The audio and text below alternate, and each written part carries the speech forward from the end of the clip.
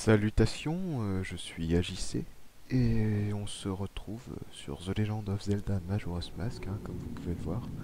C'est un jeu qui me tient beaucoup à cœur, hein, notamment parce qu'il a bercé mon enfance, hein, et, euh, et je me suis posé un petit défi à propos de ce jeu, hein, bon, je vous l'expliquerai plus tard. On va lancer la partie, si ça veut bien. Ça veut bien, c'est parfait. Bon, ça c'était cette partie-là, c'était pour faire un test de son, tout ça, voilà. Oui, donc l'émulateur il sature comme un porc et j'ai pas trouvé de moyen pour résoudre ça. Bon, on va s'appeler, tiens,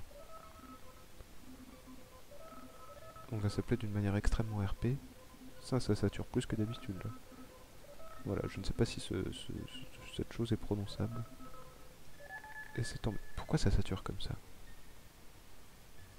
Le son là, il y a un problème. Enfin bref, si ça continue à saturer, de toute façon je recommence. Dans le royaume d'Hyrule résonne l'écho une légende transmise par la famille royale. Elle parle d'un jeune garçon, un jeune enfant qui, après avoir vaincu le mal et sauvé Hyrule, s'est éloigné de cette contrée qu'il a consacrée héros légendaire. Fatigué des combats qu'il a menés avec tant d'ardeur, il s'est embarqué dans un périple secret, une sorte de quête intérieure. Un voyage pour trouver un ami véritable qui sera le miroir de sa confiance. Un ami qu'il a autrefois quitté une fois ses missions terminées. Un ami qui est assis à côté de lui sur le trône de la gloire. Voilà, donc The Legend of Zelda Majora's Mask, ma prononciation est parfaite. Sorti autour de 2000, hein, je crois, sur Nintendo 64, qui avait besoin de l'expansion pack, hein, parce qu'il y a quand même des améliorations graphiques par rapport à Majora's Mask, par rapport à Ocarina of Time, voilà. Et, euh, et donc oui, suite directe, comme on a pu le voir à Ocarina of Time. On reprend notamment pas mal de modèles de personnages, tout ça, tout ça. Donc on commence dans la forêt. Enfin, c'est un jeu qui ne se présente plus. Il est connu par beaucoup de monde. Le cheval devient tout fou. On tombe par terre. Et apparaît le principal antagoniste. Le principal et unique d'ailleurs antagoniste. Skull Kid. Avec son masque de Majora. Qui est plutôt moche. Eh eh, bien joué les fées. Je me demande s'il porte des trucs intéressants sur lui. Hein, ce mioche? Bon, pas grave, il ne va pas poser de problème.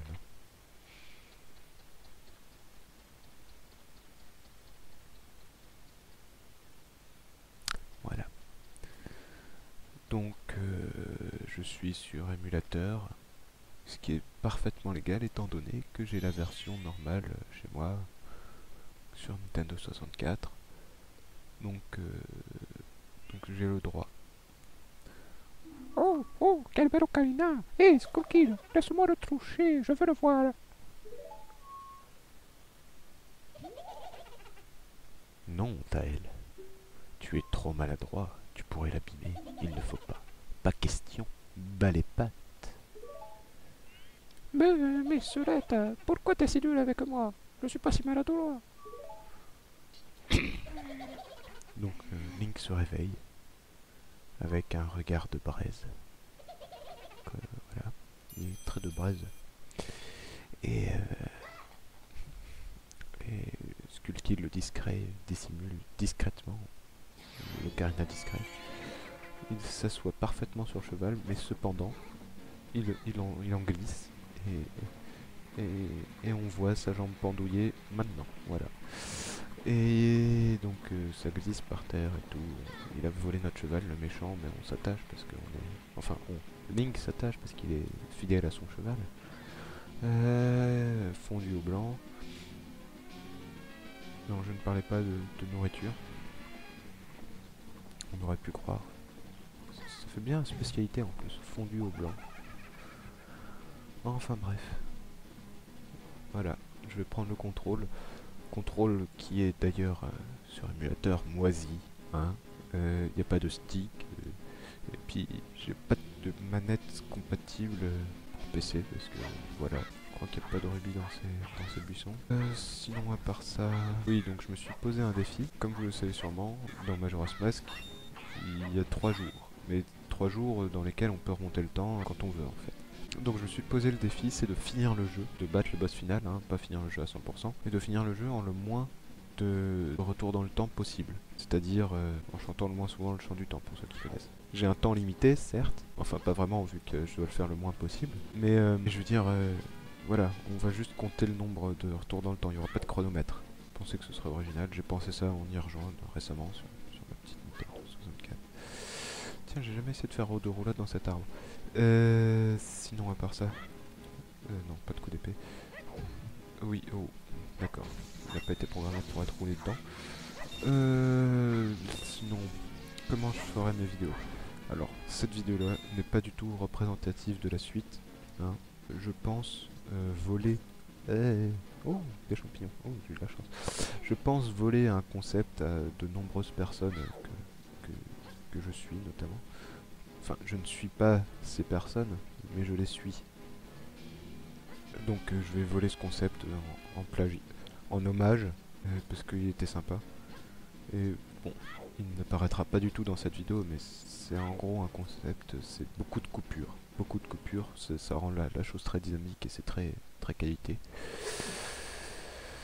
Et je trouve que c'est bien, oh bah il tombe, hein, mais il se fera même pas un seul bobo. Donc oui, est-ce que c'est... Je vais lancer le débat. Quand est-ce qu'on change de dimension? À ce moment-là? Ou alors au moment où c'est torsadé? Enfin, vous comprendrez. Donc ça, c'est la première proposition. Ou alors, ça peut être les deux. Hein. Ça, c'est une dimension, on va dire, transitoire. Donc revoilà Skullkid, le méchant. Je suis méchant. Tu veux récupérer ton cheval?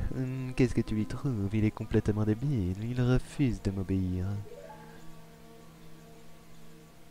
Une vraie tête de mule. Ce poulain ne vaut rien. Je vais le faire une faveur. Je vais t'en débarrasser. Pourquoi tu tires cette tête? Je voulais juste m'amuser un peu avec toi. Oh, allez, fais pas ta mauvaise tête. Tu crois que tu pourrais me battre? Prétentieux. Et la première manifestation des terribles pouvoirs du masque de Majora. Allez, on spoil, c'est le masque de Majora qui s'appelle la masque. Ah, dead spoiler. Enfin bref.